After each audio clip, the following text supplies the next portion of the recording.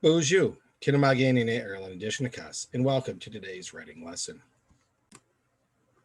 Today's topic, characters and setting.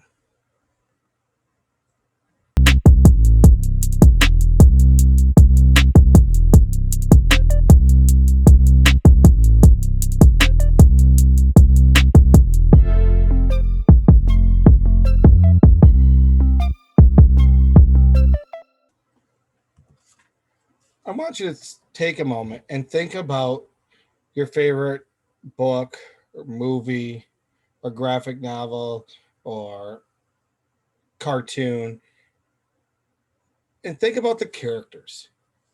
What made the characters unique? How does the description of the characters match and make your story better? So when we're describing characters, we need to know things like who are they? They may need a name, especially if you're doing historical fiction or if it's nonfiction in general. You need to know what are they like. You're not going to describe a horror character in a horror film like Michael Myers is a nice, compassionate person. We want to know what they look like. Are they tall? Are they short? Important details that help us define the character, especially as it plays role in the context of the story. Like if we're talking about a basketball team and we have a player by picture Spud Webb. I know you're not old enough to remember Spud Webb, but he was much shorter than I am and he could dunk and dunk well. For that story to talk about Spud Webb, you would need to know that he's not 7 foot tall. Um,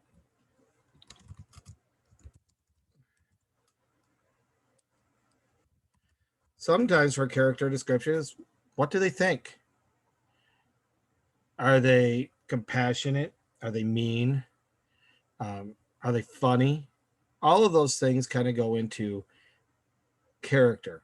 And there is more that you could ask of characters.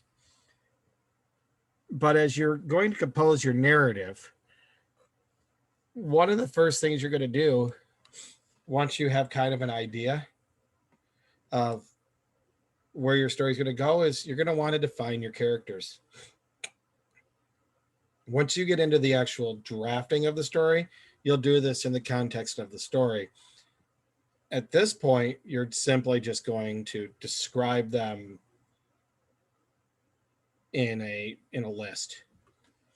So characters are important, and most stories have a protagonist and an antagonist, or a couple protagonists. You should define at least two characters, because if you're telling me a story, unless your story is something like going on a one-person trip somewhere, you're going to have a second character. Some stories have characters that are animate. You could use personification. If you have a talking horse like Mr. Ed, is part of your story. The other thing you're going to want to list out today is the setting. Setting is where does a story take place? Let's say if it was Mount Pleasant, Michigan. The next thing we'd want to know is when. Mount Pleasant, Michigan is a much different place in 2021 than it was in 1721 or 1821 or for 1921 for that matter. So, a lot of stories start out once upon a time. That just tells you it's a long time ago. But your story is going to need a setting. If it's a story that you are involved in, you don't want your setting to be in 1980. I checked, none of you are that old. So the only person who could be in a story in 1980 in this room is me. Now you're going to want to be able to describe those settings a little bit.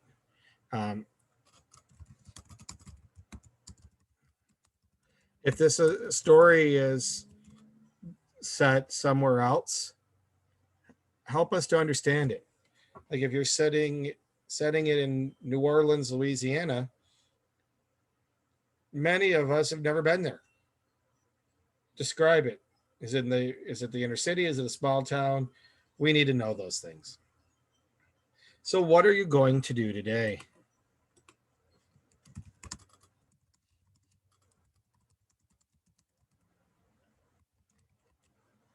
You are going to describe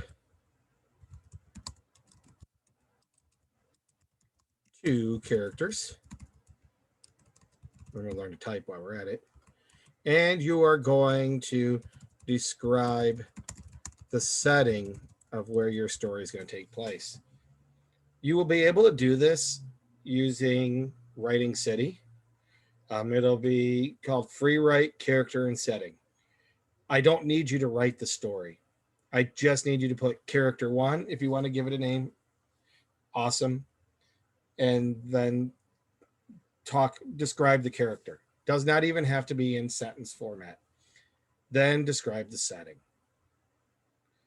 If we had been in the physical classroom, you would have done this on paper, but we'll put it in Writing City simply so that you can look back on it when you start to draft your story.